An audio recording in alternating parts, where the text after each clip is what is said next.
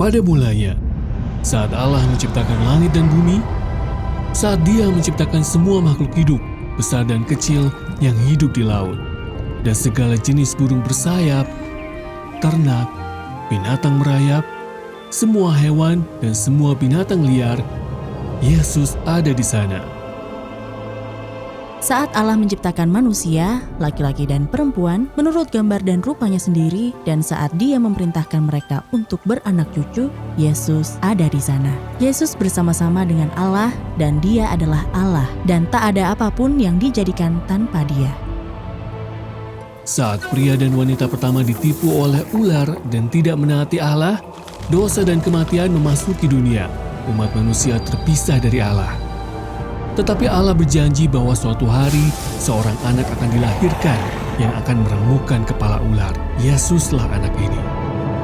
Saat tiba waktunya, Allah membuat perjanjian dengan seorang pria yang saleh bernama Abraham. Dia berjanji bahwa keturunan Abraham di masa depan akan memberkati setiap bangsa di dunia. Yesuslah keturunannya itu. Bertahun-tahun berlalu, kemudian Allah berfirman melalui nabinya Yesaya, menyatakan seorang anak telah lahir untuk kita, dan namanya akan disebutkan orang penasihat ajaib, Allah yang perkasa, Bapa yang kekal, Raja damai. Pada waktu yang ditentukan, malaikat Gabriel menemui seorang perawan bernama Maria dan mengatakan bahwa Maria akan mengandung seorang anak dengan kuasa Roh Kudus. Anak ini akan disebut Anak Allah. Maria akhirnya melahirkan anak tersebut. Dia menamainya Yesus, sebagaimana yang diperintahkan malaikat. Malaikat juga menampakkan diri kepada para gembala yang menggembalakan domba di malam hari dan berkata bahwa di Bethlehem seorang juru selamat telah lahir. Para gembala itu menemukan sang anak terbungkus kain lampin, terbaring di palungan. Saat Yesus berusia sekitar 30 tahun, Dia dibaptis dengan air oleh Yohanes dan Roh Allah turun ke atas Yesus seperti burung merpati. Allah berfirman dari langit, menyatakan, "Inilah anakku yang kukasihi, kepadanyalah aku berkenan." Yesus mengajar tentang Allah dengan hikmat dan pengertian. Dia menyembuhkan orang sakit, memberi makan orang banyak, mengusir setan, dan bahkan membangkitkan orang mati. Yesus melakukan semua ini dengan kasih untuk membimbing manusia kembali kepada Allah, Bapanya, pencipta segalanya. Namun, bangsanya sendiri merendahkannya.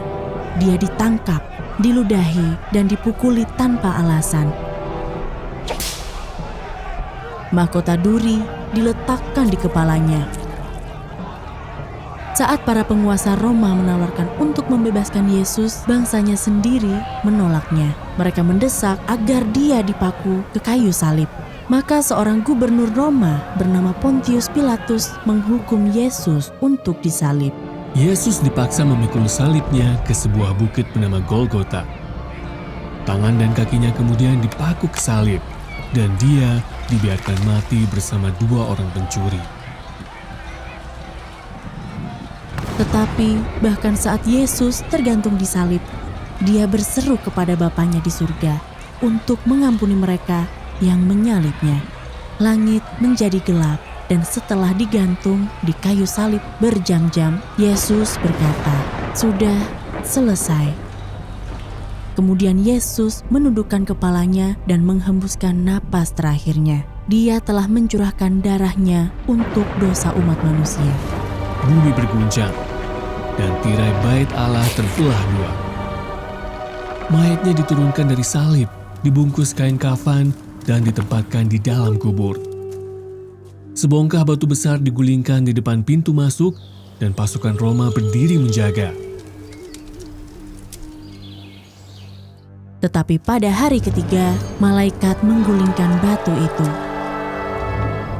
Yesus bangkit dari antara orang mati. Selama 40 hari, dia menampakkan diri kepada para pengikutnya yang berseru kepadanya. Yesus mengajar para pengikutnya tentang kerajaan surga dan meminta mereka untuk tidak takut dan mewartakan kepada dunia semua yang mereka lihat dan dengar. Yesus berkata bahwa setiap orang yang percaya dan berseru kepada namanya akan diselamatkan dan disebut sebagai anak Allah. Kemudian Yesus naik ke surga, kembali kepada Bapanya.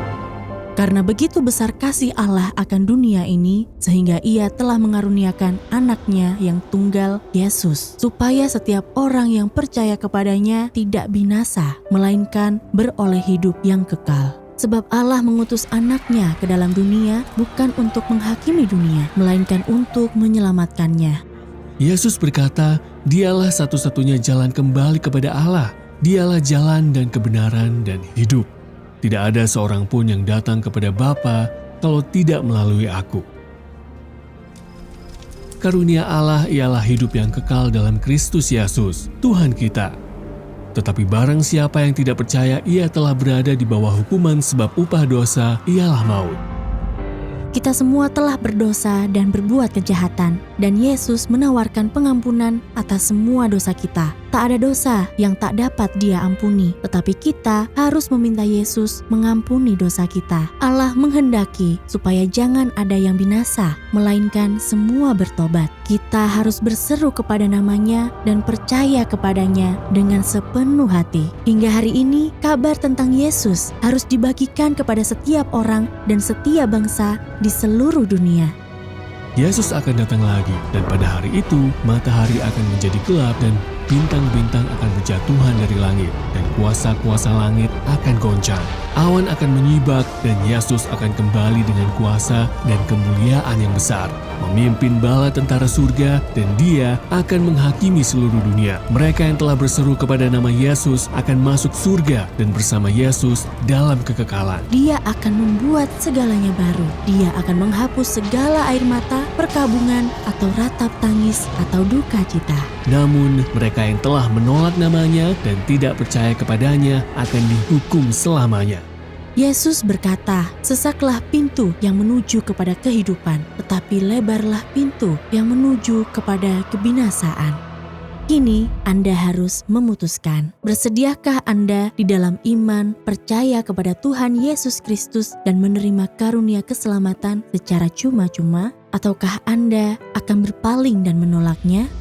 Anda dapat berseru kepada Yesus sekarang, "Akuilah dosa-dosa Anda dan Anda akan diampuni."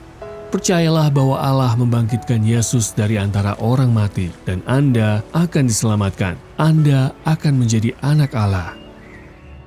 Percayalah kepada Yesus setiap hari ke depan dan bagikan pesan ini bersama orang-orang lain agar mereka pun menjadi anak-anak Allah. Dan bersama-sama kita akan berkata, "Datanglah Tuhan Yesus." Setiap kata dalam kisah ini adalah benar, sebagaimana yang diungkapkan dalam kitab Allah yang suci, Alkitab.